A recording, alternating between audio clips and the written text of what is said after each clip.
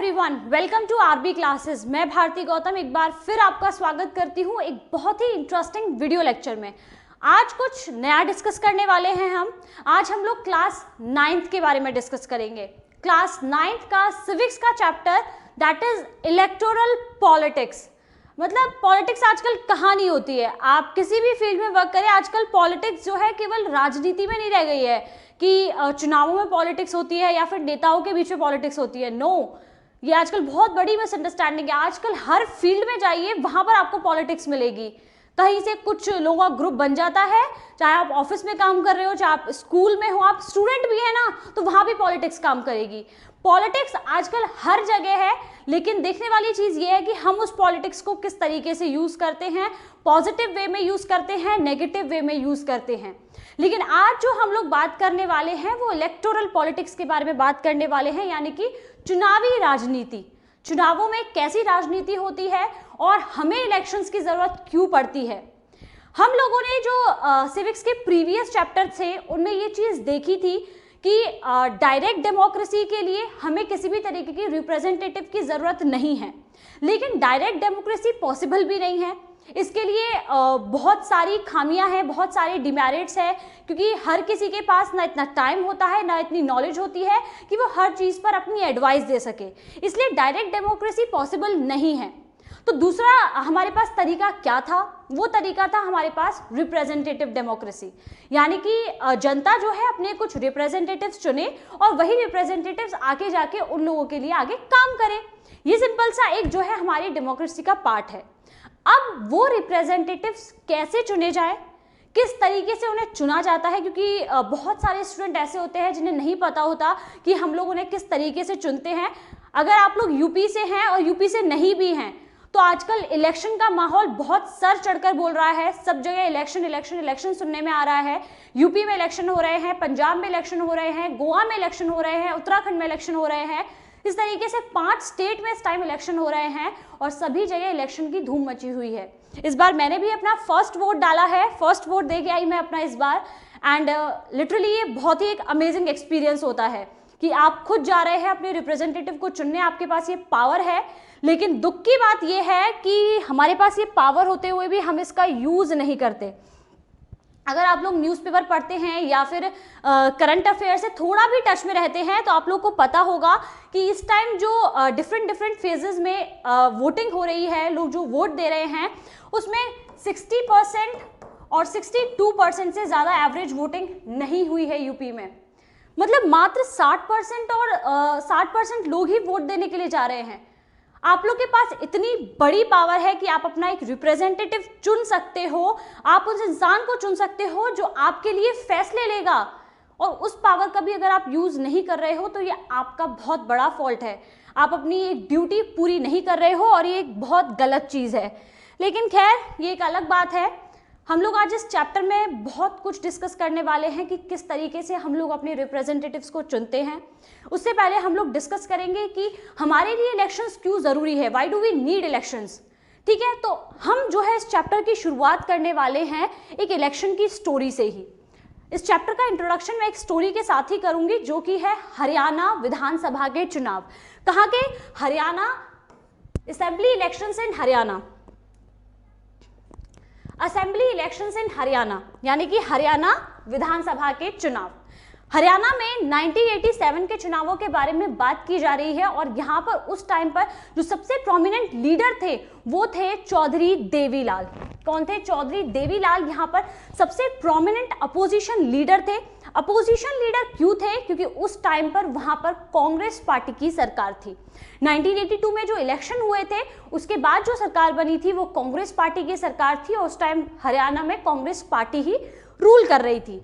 लेकिन जो उस टाइम पर अपोजिशन के लीडर थे 1987 में, वो सबसे प्रोमिनेंट लीडर चौधरी देवीलाल थे, और वो जो कांग्रेस पार्टी के खिलाफ उन्होंने जो एक मूवमेंट छेड़ा था, उसका नाम उन्होंने न्याय युद्ध रखा।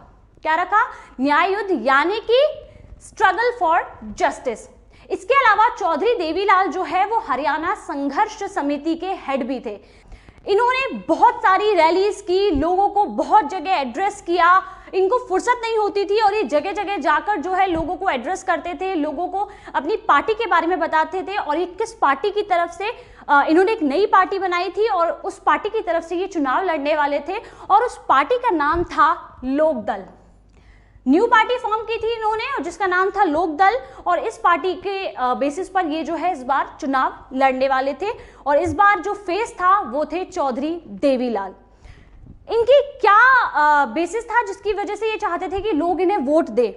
इन्होंने लोगों से कहा कि जो पिछली सरकार है वो अपना काम कुछ ढंग से नहीं कर रही है, अगर हमारी सरकार आती है तो जो भी छोटे किसान हैं या फिर जो छोटे बिजनेसमैन हैं, व्यापारी हैं, मैं उनके सारे के सारे कर्जे माफ कर दूंगा। तो इस तरीके के प्रॉमिस जो है किसने किए थे? वो प्रॉमिस किए थे चौधरी देवीलाल ने कि वो सारे लोन्स को वेव कर देंगे, सारे लोन्स को माफ कर देंगे जो छोटे बिजनेसमैन के ऊपर हैं या फिर जो छोटे किसानों के ऊपर हैं। उस इलेक्शंस में 1987 के टाइम पर जो इलेक्शन हुआ उसमें 90 सीट्स पर वो इलेक्शन हुआ था, जिसमें से 76 सीट्स जो है वो अकेले लोकदल ने जीती थी। लोकदल और बाकी साथ में कुछ अपोजिशन पार्टीज भी थी जिन्होंने साथ मिलकर कांग्रेस के खिलाफ ये इलेक्शन लड़ा था, लेकिन फिर भी अकेले ही 76 सीट्स जो है वो लोकदल ने जीत ली थी। अब ये सीट्स कौन सी हैं? जिन पर चेयर्स वगैरह होती हैं, जिन सीट्स पर हम बैठते हैं, वो सीट्स है ये? नहीं। जिन कॉन्स्टिट्यूएंसीज में इलेक्शन लड़ा जाता है, देखिए मान लीजिए कि ये हरियाणा है, ये हरियाणा स्टेट है या फिर कोई भी दूसरा स्टेट मान लीजिए, यूपी में इलेक्शन हो रहा है, आप यूपी मान लीजिए, ठीक है। तो यहाँ पर जो है हम लोग एक स्टेट को डिफरेंट जिलों में बांट देते हैं, ठीक है। उस जिले में भी हम लोग काउंटिंग को कम करने के लिए या फिर इलेक्शन को इजी करने के लिए उसे और भी डिवाइड कर देते हैं और उसे अलग अलग जगह में जो है हम लोग बांट देते हैं, ठीक है। इस तरीके से यूपी में जो है कितनी विधानसभा की सीट्स हैं? ये है 403 सीटें। कितनी सीट्स हैं? 403। ये तो खैर रही बात किसकी? ये बात किसकी रही? यूपी की। यूपी को जाने दीजिए, हम लोग यहाँ हरियाणा की बात कर रहे हैं तो मैं वही बात करती हूँ। तो हरियाणा में ऐसी कितनी कॉन्स्टिट्यूएंसीज हैं? 90, और इनको हम लोग इलेक्शन की आम भाषा में सीट्स बोलते हैं। क्या बोलते हैं? सीट। तो याद रखना है, सीट बैठने वाली सीट्स नहीं है, ये सीट जो है हम लोग एक स्टेट को जब डिफरेंट कॉन्स्टिट्यूएंसीज में बांट देते हैं तो उसको हम लोग सीट बोलते हैं। तो उसमें जो है मतलब यहाँ के जो पर्टिकुलर यहाँ के लोग हैं, यहाँ से एक लीडर चुनेंगे और विधानसभा के जो लीडर होते हैं उन्हें हम लोग क्या बोलते हैं? वो लोग कहलाते हैं एमएलए, यानी कि विधायक, मेंबर ऑफ लेजिस्लेटिव असेंबली, ठीक है। तो ये लोग विधायक होते हैं। यहाँ से एक विधायक चुना जाएगा, दूसरी जगह से दूसरा विधायक चुना जाएगा, वहां के लोग उस जगह से विधायक चुनेंगे।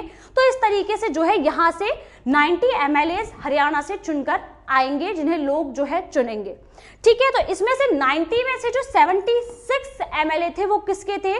वो अकेले लोकदल के थे, यानी कि मेजॉरिटी पूरी तरीके से लोकदल के पास आ चुकी थी और इस बार जो गवर्नमेंट बनाई वो बनाई थी लोकदल ने। ये बात आपको समझ में आ गई? छोटी सी स्टोरी थी और इस स्टोरी से बहुत बड़ी चीज हमें जानने को मिली। और आगे की स्टोरी अगर आप सुनोगे तो उसमें यह था कि चौधरी देवीलाल उसके बाद जो इलेक्शन हुए उस इलेक्शंस में फिर से लोकदल हार गया और कांग्रेस पार्टी की सरकार जो है वो दोबारा बन गई। तो मतलब इलेक्शन एक तरीके का प्रोसेस होता है जिसमें लोग अपनी पसंद से अपने रिप्रेजेंटेटिव को चुनते हैं। इलेक्शन वो है, ये देखिए, election provide a mechanism by which people can choose their representatives at regular intervals and change them if they wish to do so।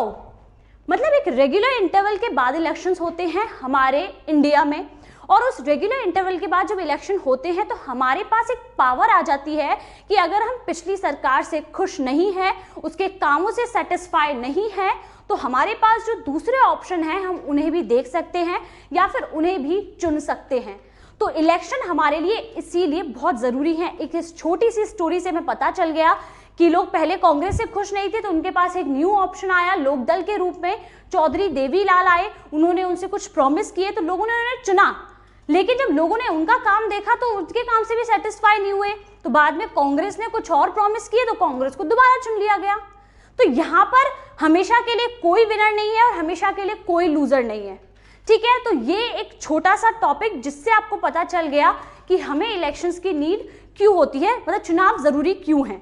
लेकिन एक बहुत बड़ा ब्रॉड टॉपिक है जिसे हम लोग नेक्स्ट वीडियो में डिस्कस करेंगे। आई होप आपको ये स्टोरी से पता चल गया होगा कि सीट्स क्या होती हैं और इलेक्शन क्यों हमारे लिए ज़रूरी हैं। ठीक है, इसके अलावा मेरे पास आप लोगों के लिए एक बहुत ही इंपॉर्टेंट अनाउंसमेंट है जो कि है अनअकैडमी प्रोडिजी से रिलेटेड। फ्रेंड्स, अनअकैडमी प्रोडिजी का एक टेस्ट आप लोगों के लिए 23 जनवरी को हुआ था, जिसके बारे में मैंने आप लोगों को बताया था। बहुत सारे स्टूडेंट उस टेस्ट में एनरोल नहीं कर पाए, तो अनअकैडमी आपको एक और दूसरा मौका दे रहा है जिसमें आप अपनी नॉलेज को टेस्ट कर सकते हो, अपनी मेंटल एबिलिटी को टेस्ट कर सकते हो और बहुत ही एक्साइटिंग रिवॉर्ड्स और बहुत अच्छे अच्छे स्कॉलरशिप जो है आप जीत सकते हो। अनअकैडमी प्रोडिजी जो है वो एक्सटेंड हो चुका है और अब जो इसका टेस्ट है वो होने वाला है 27 फरवरी को। कब होने वाला है? 27 फरवरी को। टाइमिंग जो है वो 12 से 1 बजे है दोपहर में।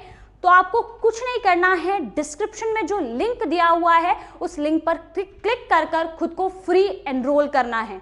जल्दी से जाइए, खुद को फ्री एनरोल कीजिए और इस टेस्ट के लिए जो फॉर्मेट पहले था वही अब है और जाके इस टेस्ट को दीजिए और अपनी मेंटल एबिलिटी, क्योंकि आप ऑल इंडिया लेवल पर compete करेंगे।